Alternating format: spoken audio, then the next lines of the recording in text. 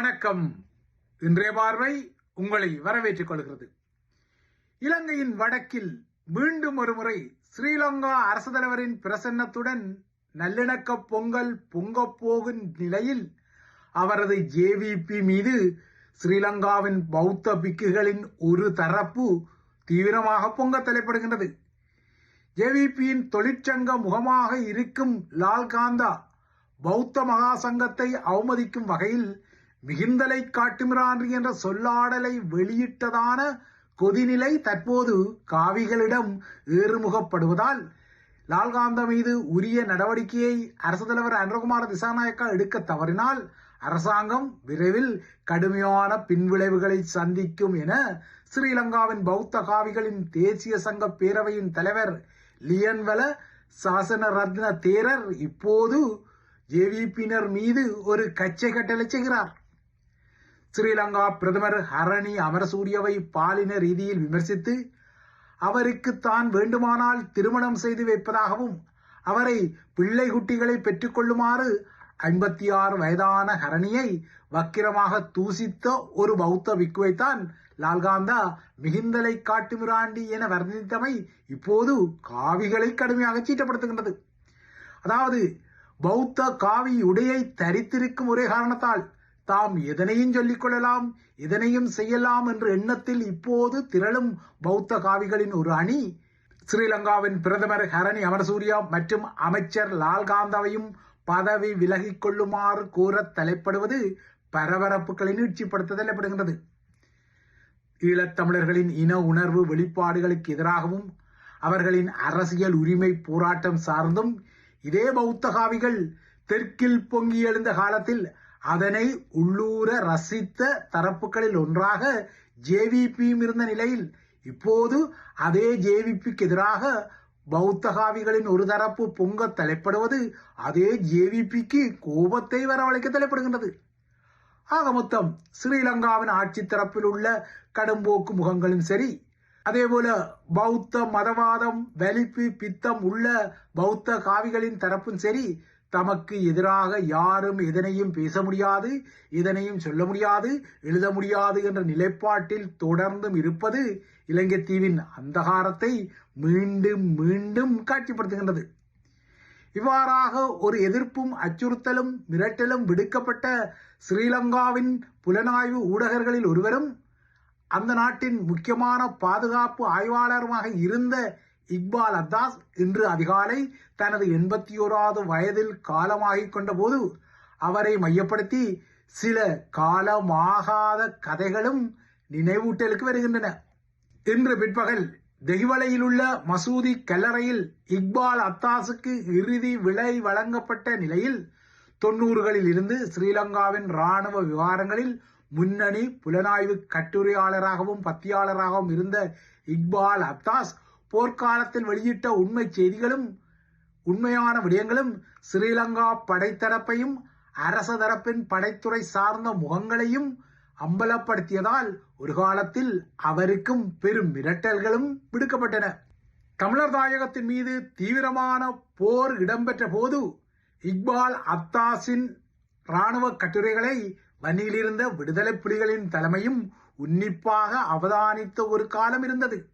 குறிப்பாக 90ஆம் ஆண்டுகளின் பிற்பகுதியில் ஸ்ரீலங்கா அரசாங்கத்தால் ஜிம்பாப்வேயில் இருந்து கொள்வனவு செய்யப்பட்ட 70,000 மோட்டார் குண்டுகள் திடீரென மாயமானதாக அறிவிக்கப்பட்டதை அடுத்து இக்பால் அத்தாஸின் புலனாய்வு கட்டுரைகள் இந்த விடயத்தில் என்ன நடந்தது என்பதை சண்டே டைம்ஸ் என்ற வார இறுதி பத்திரிகையில் அம்பலப்படுத்தியது. அப்போது சந்திரிகா ஆட்சி இருந்தது. அவரது ஆட்சியிலும் இராணுவ அதிகாரிகள் மற்றும் அரசு தரப்பு குண்டர்களால் இக்பால் அத்தாஸ் தாக்கப்பட்டார். எனினும் இந்த விடயத்தில் சளைத்துக் கொள்ளாத இக்பால் அத்தாஸ் 98இல் மீண்டும் ஒரு ஊழலை அம்பலப்படுத்தினார். அது ஸ்ரீலங்கா வான்படை குறித்த ஊழலாக இருந்தது. அன்றைய நாட்களில் ஸ்ரீலங்கா வான்படை தமிழர் தாயகத்தின் மீது குண்டுகளை வீசுவதற்கென ஸ்ரீலங்கா வான்படை புதிய போர் விமானங்களை கொள்வனவு செய்தபோது இந்த ஊழல் இடம்பெற்றது. இந்த ஊழல் குறித்தும் இக்பால் அத்தாஸ் புதிய கட்டுரைகளை எழுதியதும் ஸ்ரீலங்கா விமானப்படை வெகுண்டு எழுந்தது. அதன் இரகசிய ஆயுத குழு ஒன்று இக்பால் அத்தாஸின் வீட்டுக்கு நுழைந்து அத்தாஸின் மனைவி மற்றும் அவரது 7 வயது மகளை அன்றைய காலத்தில் அச்சுறுத்தியதுடன் அத்தாஸின் தலையிலும் ஒரு துப்பாக்கியை வைத்து அவரை சுட்டுக் கொல்லப் போவதாக நட்டியிருந்தது. இந்த சம்பவத்தில் பங்கேற்ற 2 வான்படையினர் பின்னர் அகப்பட்டுக் கொண்டதும் அவர்களுக்கு 9 வருட சிறை தண்டனை விதிக்கப்பட்டதும் பின்னர் வெளியான விடயங்கள்.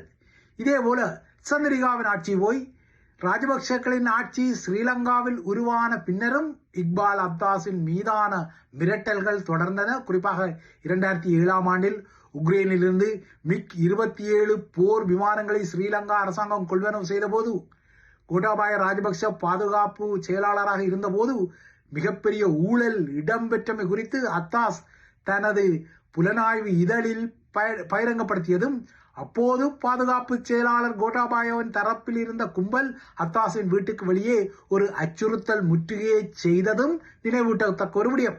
இதேபோல அத்தாஸின் கட்டுரைகளை சிங்கள மொழியில் மொழிபெயர்த்து வெளியிட்ட பத்திரிகையாளரான குணரட்னாவுக்கும் ஸ்ரீலங்கா விமானப்படை அன்றைய நாட்களில் கொலை மிரட்டலை விடுத்ததும் பகிரங்கப்பட்ட ஒரு விடயம். இவ்வாறான துணிகரமான ஊடகர்தான் ராஜபக்ஷ ஆட்சி காலத்திலும் சந்திரிகா ஆட்சி காலத்திலும் தனது உயிருக்கு விடுக்கப்பட்ட அச்சுறுத்தல்களை மீறி தனது புலனாய்வு பணியை, அதாவது ஊடக பணியை செய்த நிலையில் அவருக்கு அந்த பணிக்காக பல சர்வதேச விருதுகளும் கிட்டிய பின்னணியில் இன்று அவர் மரணத்துக்கு பின்னர் கல்லறை தோட்டத்துக்குள் சென்று விட்டார். ஆனால் அவர் இன்று புதைக்கப்பட்டாலும் அவர் மீதான அச்சுறுத்தல்கள் மற்றும் அவர் அப்போது வெளிப்படுத்திய ஸ்ரீலங்கா படைத்துறையின் ஊழல்கள் மற்றும் அதிகார முறைகேடுகள் தொடர்பான ஆதாரங்களும் தரவுகளும் ஒருபோதும் வரலாற்றில் புதைக்கப்பட முடியாத வகையில் ஆழமாகவும் யதார்த்தமாகவும் பதிந்து உள்ளதை யாராலும் மறுத்துக் கொள்ள முடியாது. இந்த பின்னணியில் இக்பால் அப்தாஸ் அன்று எவ்வாறு அரசாங்கத்தில் இடம்பெற்ற முறைகேடுகளையும் படைத்துறையில் இடம்பெற்ற முறைகேடுகளையும் ஊழல்களையும் அம்பலப்படுத்தினாரோ, இப்போது அதே பாணியில் பௌத்தகாவிகளின் சில வக்கிரமான கருத்துக்களுக்கு எதிர்ப்பு வரும்போது தமக்கு எதிராக யாரும் எதனையும் பேச முடியாது என்ற நிலைப்பாட்டுடன் பௌத்தகாவிகள் மீண்டும் தமது முன்னிய எஜமானர்களுக்கு எதிராகவே பொங்கும் காட்சிகள் வருகின்றன. அனுர தரப்பின் பொங்கல் நல்லிணக்கம் வடக்குக்கு காட்டப்படுவதாக ஒரு அறிகுறிகள் தற்போது தெரிகின்றன. அனுரகுமார திசாநாயக்காவின் வடக்கு பயணம் இடம்பெறவுள்ள நிலையில் இழுவதீவில் ஸ்ரீலங்கா கடற்படையினர் தமது தேவைக்கென மீண்டும் ஒருமுறை பொதுமக்களின் காணிகளை சுவீகரிக்கும் முன்னகர்வுகள் பகிரங்கப்படுகின்றன. அதாவது ஸ்ரீலங்கா படைத்துறையின் முறைகேடான நகர்வுகள் அன்று இக்பால் அப்தாஸ் போன்ற ஆய்வாளர்களாலும் பகிரங்கப்படுத்தப்பட்டது. இன்று சமூக ஊடகர்கள் இல்லையென்றால் சமூக செயற்பாட்டாளர்களாலும் இவ்வாறான காணி அபகரிப்புகள் தொடர்பான விடயத்தில் பகிரங்கத்துக்கு வருகின்றன. இதற்கிடையே அனுரகுமார திசாநாயக்கா தரப்பின் பொங்கல் நல்லிணக்கு தோதாக ஸ்ரீலங்காவின் பிரதமரும் கல்வி அமைச்சருமான ஹரணி அமரசூரியவுக்கு எதிராக எதிர்க்கட்சிகள் கொண்டுவர திட்டமிடும் நம்பிக்கையில்லா பிரேரணைக்கு தமது தரப்பு ஆதரவை வழங்கிக் கொள்ள போவதில்லை என தமிழரசு கட்சியிலிருந்து அதன் நாடாளுமன்ற உறுப்பினர் ஸ்ரீதரன் ஒரு அறிவிப்பை வெளியிட்டிருக்கின்றார். அண்மை நாட்களாகவே ஸ்ரீதரனுக்கும் அனுர அரசாங்கத்துக்கும் இடையிலான தேனிலவு குறித்த கிசுகிசு கதைகள் எல்லாம் உலா வருகின்றன. குறிப்பாக ஸ்ரீலங்காவின் கணக்காளர் நாயகத்துக்குரிய தெரிவாக ஒரு இராணுவ அதிகாரியை இருத்துவதற்கு அனுர தரப்பு முயன்றபோது ஸ்ரீதரன் அந்த நகர்வுக்கு ஆதரவாக வாக்களித்ததாக கூறப்பட்ட விடயம் சர்ச்சைகளை உருவாக்கியிருந்தது. அதன் பின்னர் இந்த விடயத்தை மையப்படுத்தி தமிழரசு கட்சியிலிருந்து ஸ்ரீதரனை நோக்கி பறந்த ஒரு கடிதத்தில் அவரை அரசியலமைப்பு பேரவையிலிருந்து விலகுமாறு கோரப்பட்ட நிலையில்தான் இப்போது ஹரணி மீதான எதிர்க்கட்சிகளின் நோ கான்பிடன்ஸ் மோஷன் எனப்படும் நம்பிக்கையில்லா பிரேரணைக்கு ஆதரவில்லை என ஸ்ரீதரன் குறிப்பிடுகின்றார். பிரதமர் ஹரணியை மையப்படுத்திய சர்ச்சைகள் ஓய்வுக்கு வராத போதிலும் அவரிடமுள்ள பிரதமர் பொறுப்பில் எந்தவித மாற்றங்களை செய்யும் திட்டமோ அல்லது அமைச்சரவை மாற்றமோ தமது தரப்பில் இல்லை என அரசாங்கம் சொல்லிக்கொள்ளும் நிலைத்தான் ஹரணிக்கு ஆதரவான ஸ்ரீதரன் நிலைப்பாடு வந்திருக்கின்றது. ஜேவிபியின் பொதுச் செயலாளர் டில்வின் சில்வாவும் மூத்த தொழிற்சங்க தலைவராக ஜேவிபியில் கருதப்படும் லால்காந்தாவும் ஹரணி மீதான குற்றச்சாட்டுகளுக்குரிய மறுப்புகளை வெளியிட்டாலும் திரைமறைவில் ஜேவிபியும் ஹரணிக்கு மறைமுகமாக ஆப்படிக்கும் வேலையை செய்வதான ஒரு கிசுகிசு கொழும்பில் பரவத்தான் செய்கின்றது. இந்த பின்னணியில் தான் ஹரணி மீதான எதிர்க்கட்சிகளின் நம்பிக்கையில்லா பிரேரணைக்கு ஆதரவில்லை என ஸ்ரீதரன் குறிப்பிடுகின்றார். இது ஸ்ரீதரனின் சொந்த நிலைப்பாடா அல்லது தமிழரசு கட்சியின் அதிகாரபூர்வ நிலைப்பாடா என்பதில் தெளிவான விடயங்கள் தெரிய வரவில்லை. எனினும் ஸ்ரீதரன் தான் கட்சியின் நாடாளுமன்ற குழு தலைவர் என்பது ஒரு முக்கியமான விடயம். இப்போது தமிழரசு கட்சியில் சுமந்திரன் எதிர் ஸ்ரீதரன் பல பரீட்சையும் ஈகோவும் தீவிரமாக இடம்பெறும் நிலையில்தான் ஸ்ரீதரனின் இந்த கரணி ஆதரவு நிலைப்பாடு வந்திருக்கின்றது.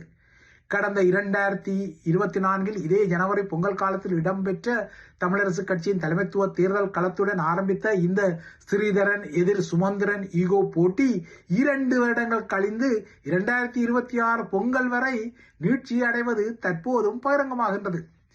ஆனால் இந்த குழப்பங்களும் ஈகோ மொழியாடல்களும் எப்போதுதான் முடிவுக்கு வரும் என்பது இதுவரை தெளிவாக தெரிய வராத நிலையில் தமிழர்களின் அரசியல் பரப்பிலும் அனுரவின் நல்லிணக்க காட்சிப்படுத்தல்களுக்கு அப்பால் சவால்களும் சர்ச்சைகளும் தொடரத்தான் செய்கின்றது.